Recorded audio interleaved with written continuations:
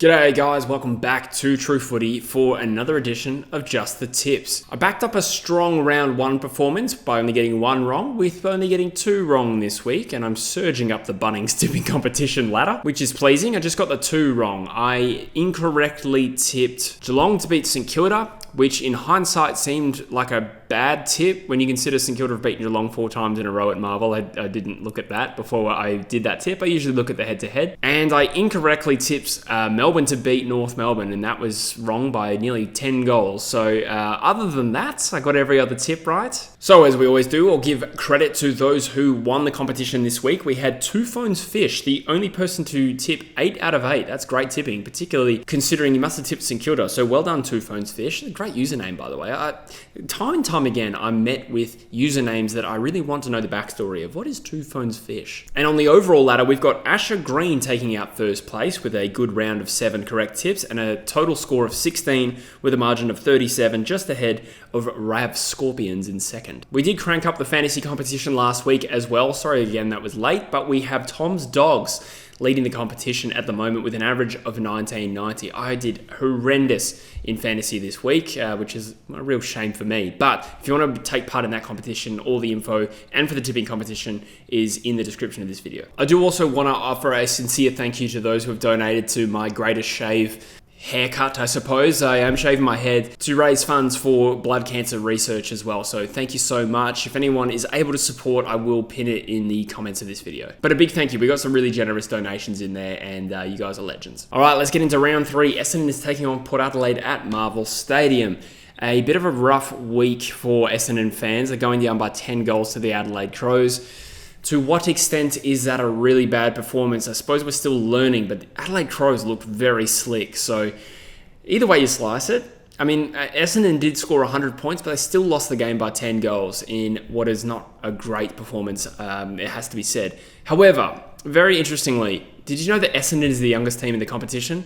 Now, not by the total list age, but by the selected 23s that have taken the field twice for Essendon. There is no team younger than Essendon, and I think they're bottom 3 for experience as well. So that does give you a little bit of insight as to where they are as a list. It's one thing to have, veterans that aren't playing or whatever, but in terms of the actual team that's taken the field, Essendon is really shaping up like a rebuilding side. So that is an interesting tidbit, but it does kind of also inform you as to how much we should expect from this Essendon side. Age is only one variable, but still, I think that is probably going to be a little bit comforting to Essendon fans.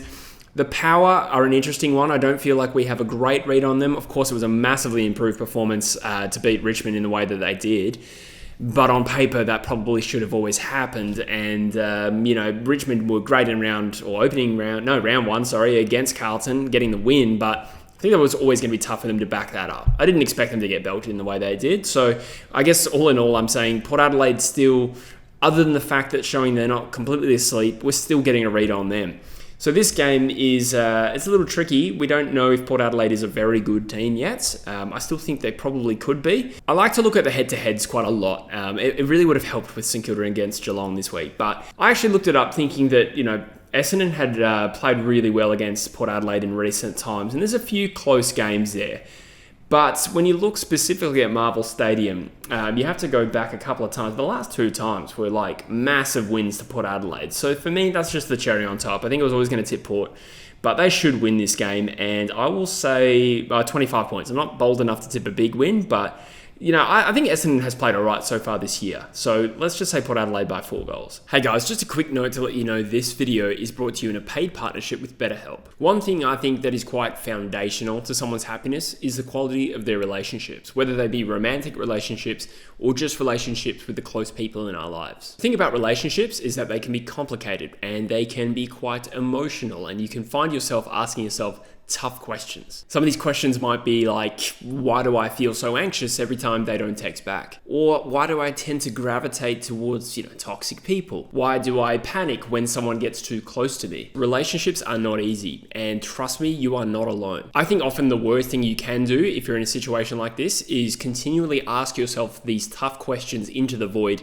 and not getting any clarity on them. So this is where the partner of this video, Betterhelp, comes into the mix, because they can help you match with a therapist that can help answer some of of these questions. Rather than being trapped in this endless loop of asking these questions and not getting any clarity, you can talk through these relationship issues with a trained therapist who's trained to listen and help you. If you want to find out more, go to betterhelp.com/truthfooty or click the link in the description below.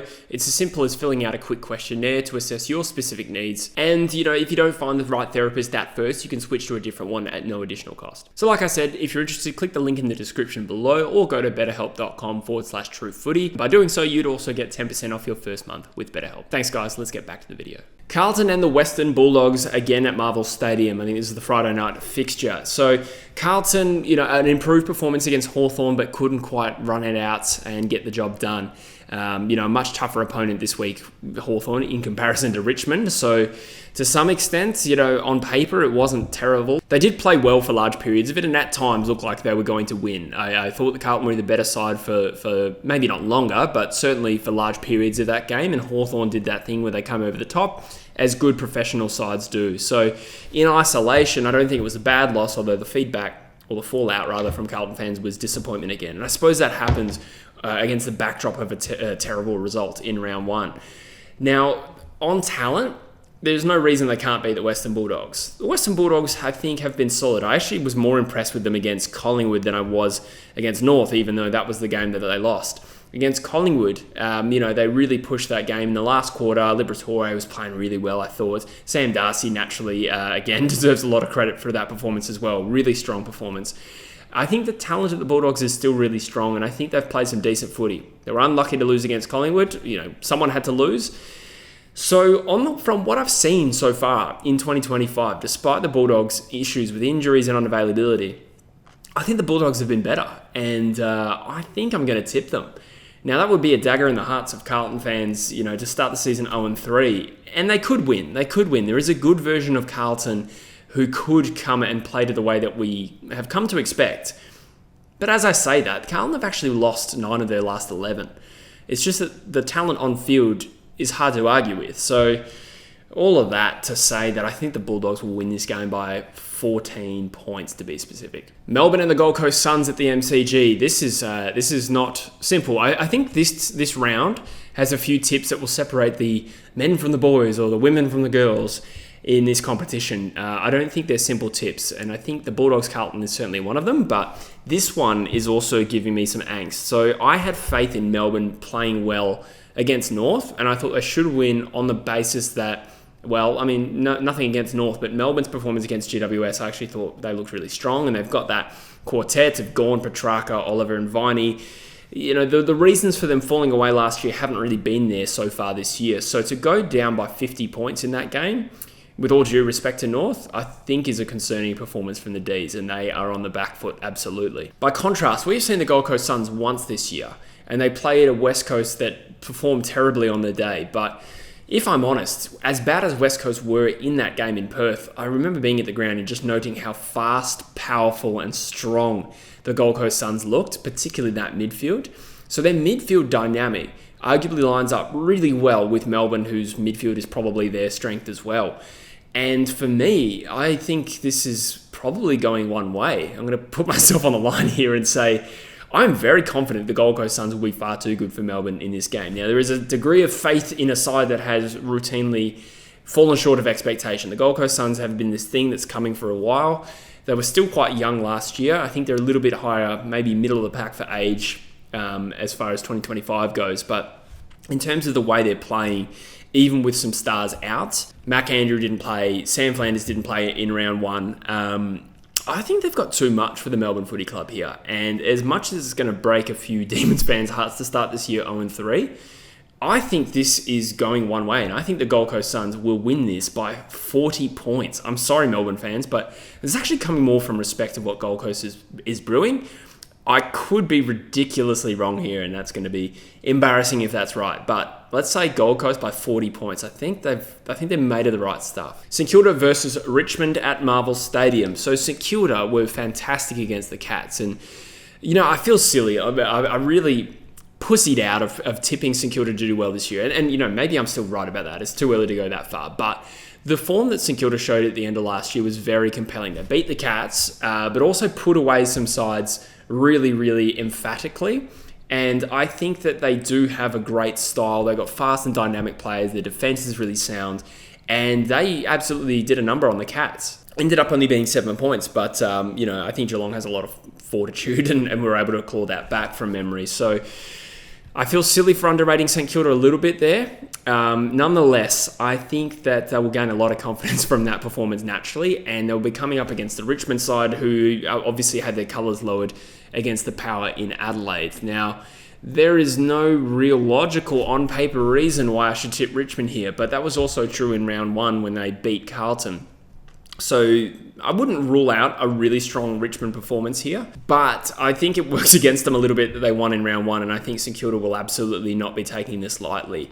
And as a result, I think the Saints should win this by a good 7 goals, to be honest. I think they do have the firepower. Their efficiency, their inside 50 efficiency has plagued them over the last few years, but if they can get that right, if they can get some really good looks at goal by moving the ball quickly against Richmond, which I think will happen, I think they'll win by 40 points. The Brisbane Lions and the Cats at the Gabba. This will be fascinating, to be honest. The Cats are a good side at the Gabba. So we've had 2 looks at Brisbane so far. They beat Sydney away in a good game. I think Sydney is still playing pretty well, despite, they beat Fremantle, but, before that, they were 0-2 and certainly, had their injuries. But it was a good performance on that day in Sydney for the Lions. Now, against West Coast, I'd say they had their colours lowered for a little while there. As much as I'm going to take all the praise in the world for my boys West Coast playing really well, West Coast out-hunted them for at least a half and got 5 goals in front. And at times, the Lions looked a little bit rattled. Now, the conditions weren't great, but I was seeing uncharacteristic mistakes from the Brisbane Lions there, and I certainly don't think they're anywhere near their best as it currently stands. And I do think they are very vulnerable against an actual good side this week against the Cats. Given the Cats are good at the Gabba, that does come strongly into my thinking here. The Cats obviously did get beaten by St Kilda, so that is the other variable we have to consider here. And, Bailey Smith was laid out. I actually, as I record this, don't know, how long he's out for. But we're talking about 2 strong sides here that this could be the grand final preview.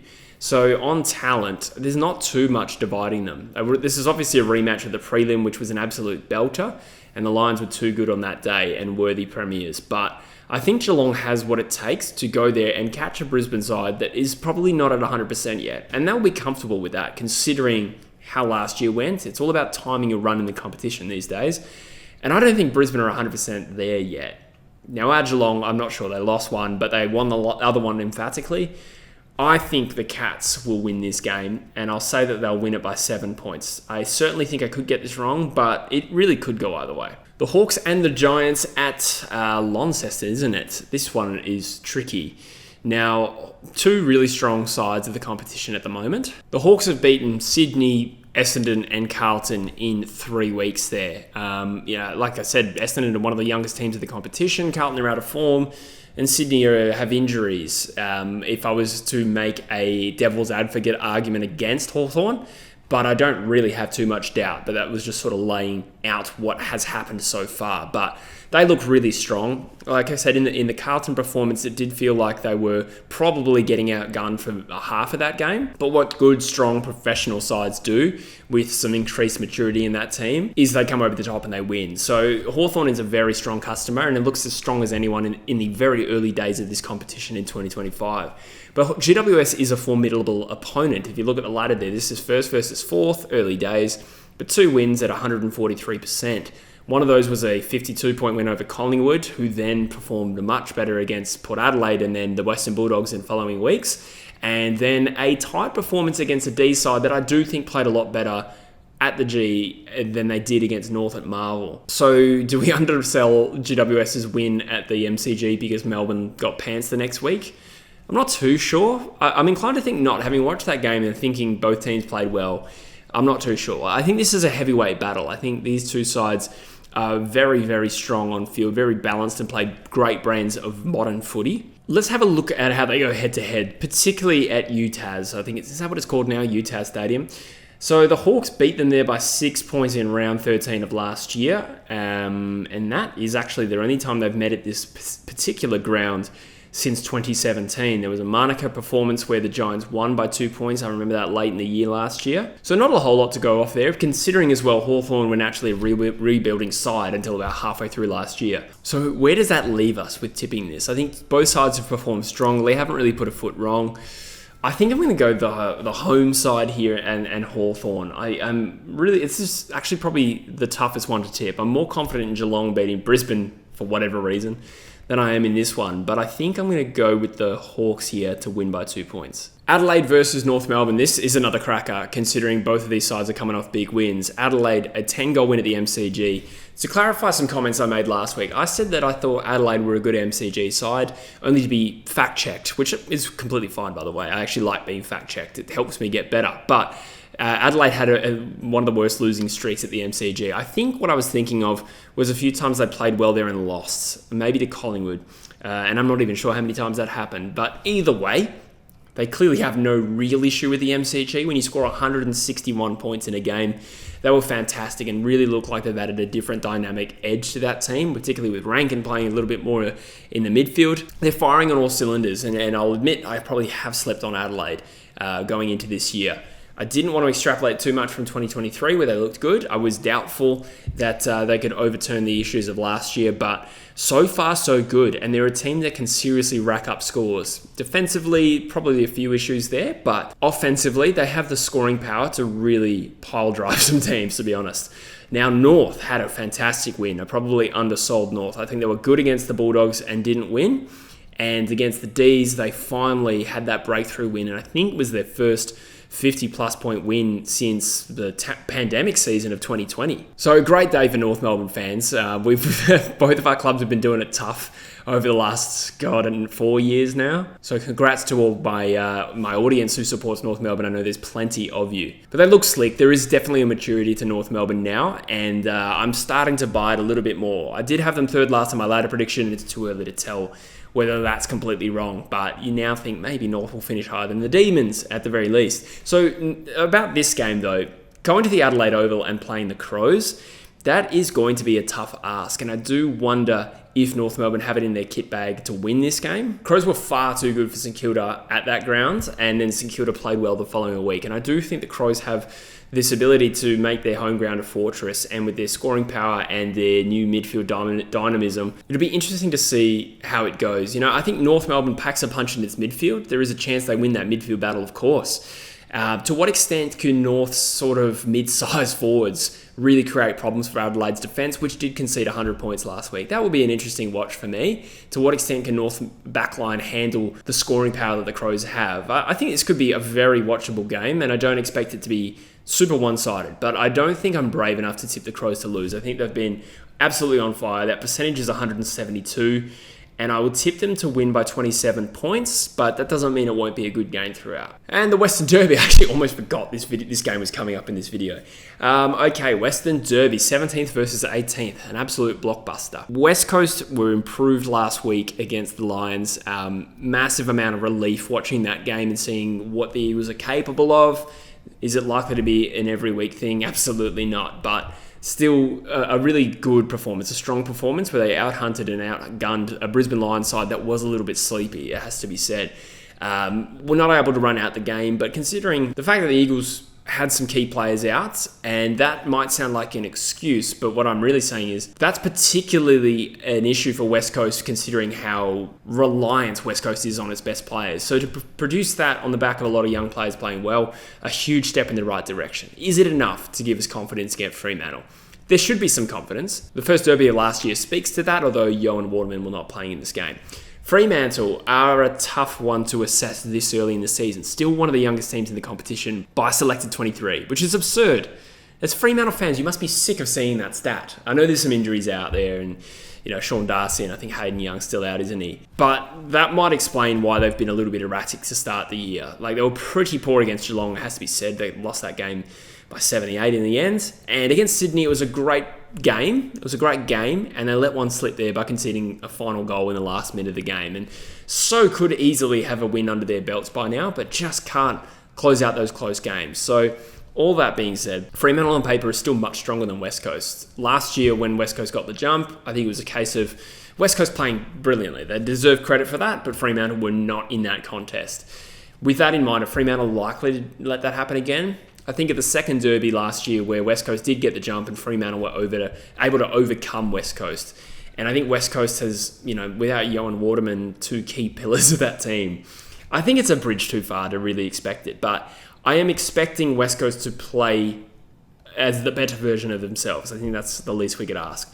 It just won't be enough, and I think Fremantle will win this game by 25 points. So there you have it, guys. That is the way I see round 3 going. Let me know in the comments your tips. Is there an upset of the round? Well, there's a few doozies this week. I mean, maybe North against Adelaide, but I don't really want to undersell Adelaide. They've been really strong this year. I did see that on ESPN. More people are tipping Carlton than the Bulldogs this week. And so by that logic, I guess that's the upset of the round, I think. Game of the round could well be Hawthorn versus GWS. That's a little bit easy, but I think that could be the game of the round. But we've also got Brisbane and Geelong at the same time. Who did that fixturing? We normally look at the ladder. It's still a little bit early to have a look at that, other than the fact that Essendon and Melbourne and West Coast make up the bottom 3 and Carlton potentially in the bottom 4 with 3 losses to start the year. That is quite interesting, but that assumes that I get that tip right. So all that being said, let me know in the comments what you think, guys, and I'll see you next week. Cheers.